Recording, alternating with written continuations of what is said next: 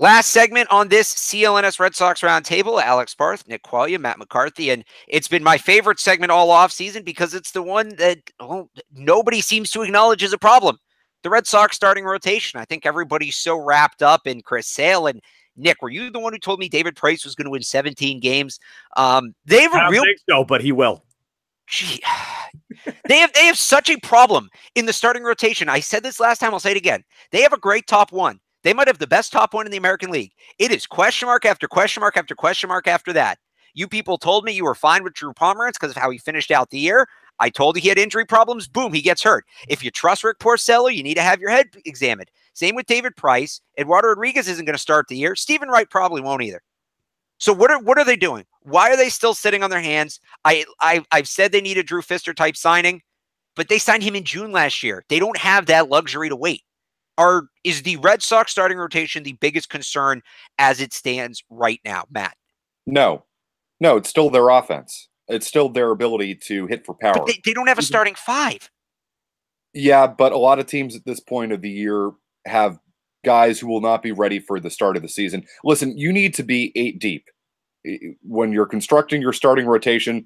And, Brian Johnson will come in and hopefully give you something for the first week or two of the year. The starting rotation coming out of camp doesn't look great. I still don't think long-term it's their biggest problem on this team. You make valid points. Should you trust Rick Porcello? Should you trust Drew Pomeranz? What's David Price's health going to be? All valid points. But you know what? Their starting rotation was pretty decent last year.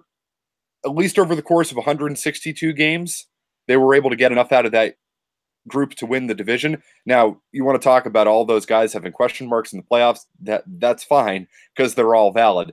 I still think their ability to hit for power is a bigger concern than the starting rotation going into the year. The answer is Brian Johnson. No, you just said it. Brian Johnson's the number 5 guy. They've been rolling him out in a lot of spring training games. They obviously want to see what he can do against major league rosters. So I think that's their game plan. Number 5, it's gonna be Brian Johnson. Chris Sale, excellent number 1. Nobody's disputing that. David Price, I know you have a lot of skepticism because that's what you do. You love skepticism. I'm a realist, Nick. Get it right. I mean, realist. Yeah, I was too last year. I entered last year and I was like, you know what? F David Price. I can't deal with that guy. This season, I believe in second chances. I'll give him a second chance. What about third chances? I believe in. I believe like chance number 3 here. I've given ex-girlfriends 3 chances. I'll do it for David Price. Well, that sounds like a you problem to me. But let me ask you this: you have Brian Johnson as the 5. Who's the 4? Hector Velasquez? If Pomeranz isn't ready to go? Oh, Pomeranz is going to be fine. He walked off the mound. They said he believes he will be fine. It's a left forearm tightness. He'll be okay. He took himself out of the game. He's done that before. We've seen him take himself off the mound before for tightness. That's real encouraging. It's spring training. Very encouraging to see. Get a little kink.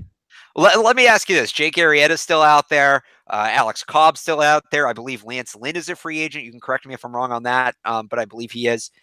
Do you think the Red Sox make a move with this rotation, whether it be before the season starts or in the first month or so of the season?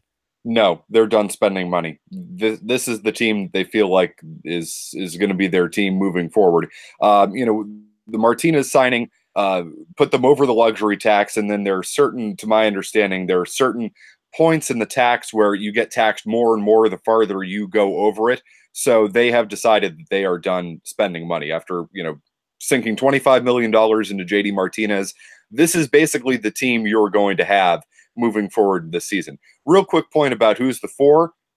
Generally, and okay, I don't have the schedule in front of me. You generally don't need 5 starters until about 2 or 3 weeks into the season. Yeah, they have 2 off days, I think, in the first 2 off days. They can get that figured out if somebody needs an extra week or 2 to get ready for the start of the season. So they can figure it out. I mean, again, talk to me in May about the starting rotation. I will.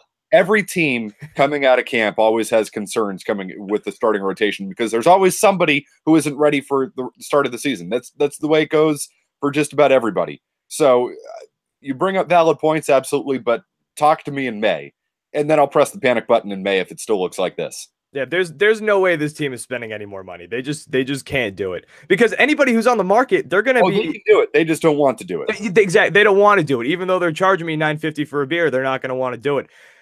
anybody who you get from the free agent market who's going to be a pitcher, like Arrieta's going to get a pretty good chunk of change. The Red Sox aren't going to want to spend that kind of money.